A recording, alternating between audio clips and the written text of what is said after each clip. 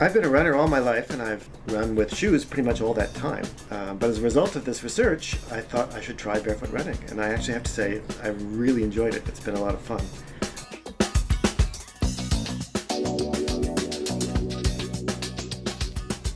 Humans have been running for at least 2 million years. And of course, for most of that time, humans were running barefoot. And modern running shoes were actually only invented in the mid-1970s. So we have this idea now that, in order to run, all you need are a pair of shoes. It's a common statement, right? Well, actually, that's not true. You don't need shoes. You just need feet.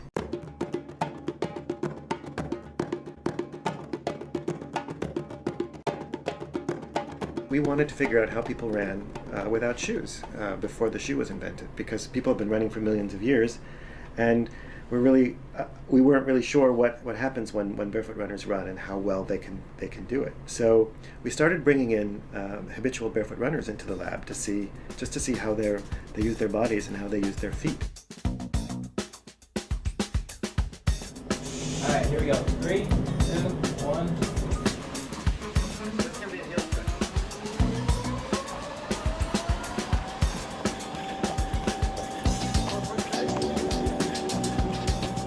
What we discovered was that barefoot runners run often very differently from the way your typical shod runner runs. So the shoe has got a big heel, and it's designed to make it very comfortable to land on your heel, and so a lot of shod runners land on the heel, right? And then they bring the rest of their foot down.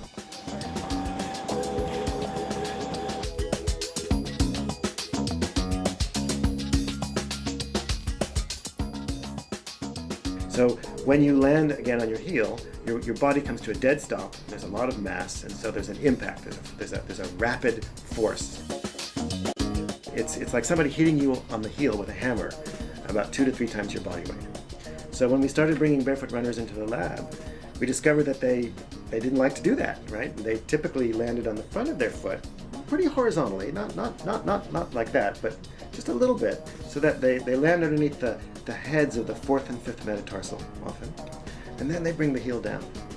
And when we ran them over force plates, we discovered that they didn't have that big spike, that impact transient that is typically associated with a heel strike.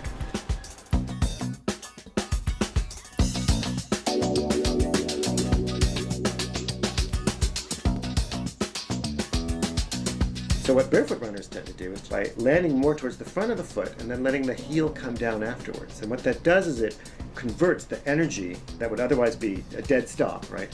A vertical deceleration of the leg. It converts that into rotational. A lot of runners get injured, and what they get typically often are repetitive stress injuries. And so one hypothesis is that impact caused by landing on the heel, which causes that big impact transient, could be injurious, and it's associated with pain in the soft tissues at the bottom of the foot. It's associated with shin splints, may cause some other kinds of injury. So our hypothesis is that individuals who don't land on their heel but avoid those big impacts by landing on the front of their foot may be less susceptible to those kinds of repetitive stress injuries.